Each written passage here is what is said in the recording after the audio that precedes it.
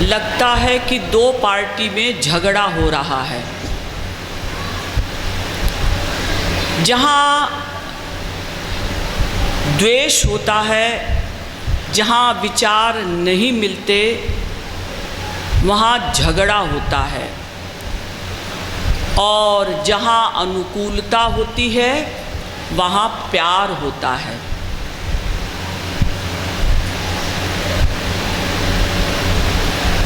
तो यहाँ दो लोगों का झगड़ा है, दो पार्टियों में झगड़ा है, तो तीसरी पार्टी कहती है एक पार्टी से कि तुम ही हार मान लो। तो जिससे कहा जा रहा है कि तुम ही हार मान लो, वो कौन है? वो हैं श्याम सुंदर, भगवान श्री कृष्ण, जिनसे आप लोग खूब परिचित हैं।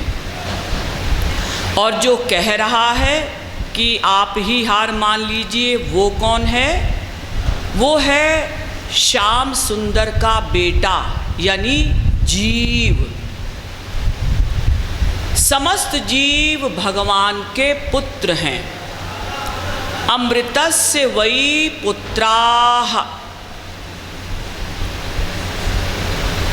तो ये जीव अपने पिता श्याम सुंदर से कहता है कि महाराज आप ही हार मान लीजिए। इसका मतलब पिता पुत्र में झगड़ा नहीं है। तो फिर झगड़ा किस में है? भगवान के परिवार में। भगवान के परिवार में कौन कौन है? भगवान, अनंत जीव और माया। भगवान पिता, अनंत जीव हम सब लोग उनके पुत्र, और भगवान की एक नौकरानी है माया। तो झगड़ा किस में है? क्या भगवान की नौकरानी भगवान से झगड़ा कर रही है? नहीं, उसकी इतनी हिम्मत नहीं। तो फिर भगवान से झगड़ा किसका हो रहा है?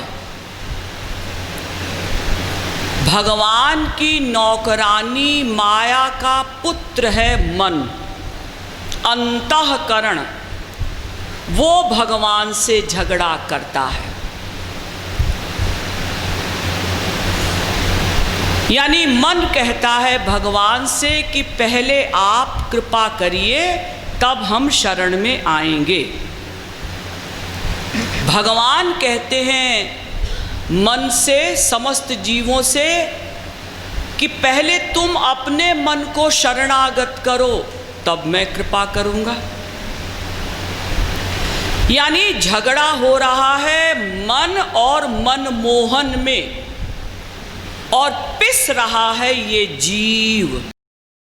तो संत कहता है, एक रसिक संत, कि और करे अपराध को और पाव फल भोग, अति विचित्र भगवंत गति को जग जाने जोग। झगड़ा हो रहा है भगवान और हम सबके मन से, और पिस रहे हैं हम लोग। तो जीव कहता है अपने पिता से, हम भगवान के पुत्र हैं ना, कि महाराज आप एक अपनी नौकरानी के बच्चे यानी मन के मुंह क्यों लगते हैं? आपकी नौकरानी का बेटा और आपके बेटे को पीट रहा है, आपका बेटा दुख पा रहा है, यानी हम समस्त जीव। तो महाराज आप ही कृपा कर दीजिए ना, पहले आप हार मान लीजिए, भगवान कहते हैं कि नहीं नहीं, पहले मेरी शरण में आओ, तब मैं कृपा करूँगा। तमेव शरणं गच्छ सर्वभावेन भारत, तत्प्रसादात् पराम शांतिम स्थानम प्राप्स्यसि शाश्वतम। गीता के 18वें अध्याय का 64वां श्लोक।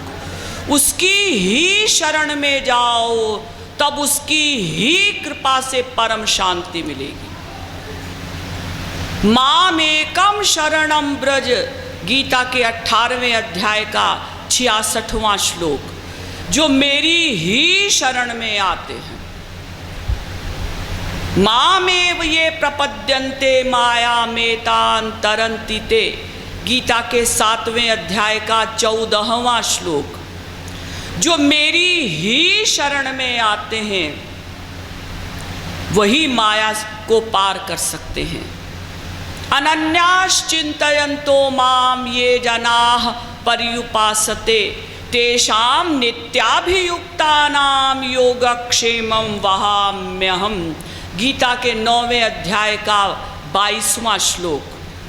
जो अनन्य भाव से मुझसे ही प्यार करते हैं, मेरी ही शरणागति स्वीकार करते हैं, उन्हीं का मैं योगक्षेम वहन करता हूँ।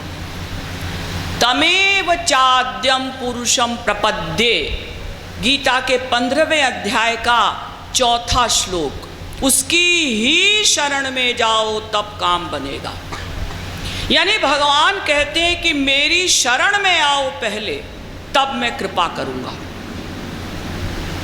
तो भगवान जब कृपा करेंगे तो फिर क्या होगा? सब प्राप्तव्य प्राप्त हो जाएगा और समस्त दोष चले जाएंगे। त्रिगुण, 3 प्रकार के जो गुण हैं, सत्वगुण, रजोगुण, तमोगुण, समाप्त हो जाएंगे। त्रिकर्म, संचित कर्म, प्रारब्ध, क्रियमाण, ये तीनों कर्म नष्ट हो जाएंगे। 5 क्लेश, राग, द्वेष, अभिनिवेश, अविद्या, अस्मिता, ये 5 क्लेश हैं, दुख 5 प्रकार के, ये समाप्त हो जाएंगे।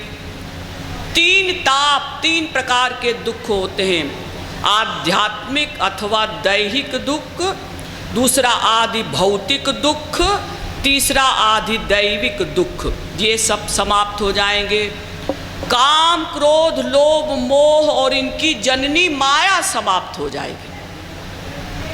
लेकिन भगवान कहते हैं कि पहले मेरी शरण में आओ। जीव कहता है, यानी मन कहता है भगवान से, महाराज हम आपकी शरण में अगर आ गए और आपने कृपा नहीं की तो? भगवान कहते हैं मैंने अगर पहले कृपा कर दी और तुम मेरी शरण में नहीं आए तो? यानी दोनों को डाउट है एक दूसरे पर। और देखिए, हमारा मन यानी हम लोग संसार में कहीं डाउट नहीं करते, हर जगह शरणागत हो जाते हैं।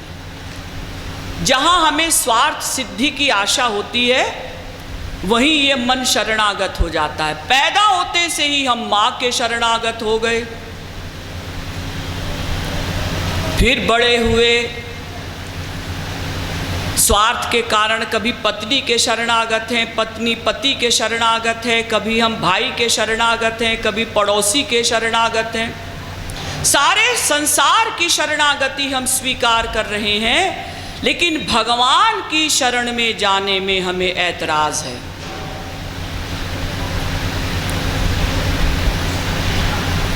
और देखिए, जब तक कामनाएं हैं ये मन संसार के शरणागत होगा। और कामनाएं कब समाप्त होंगी?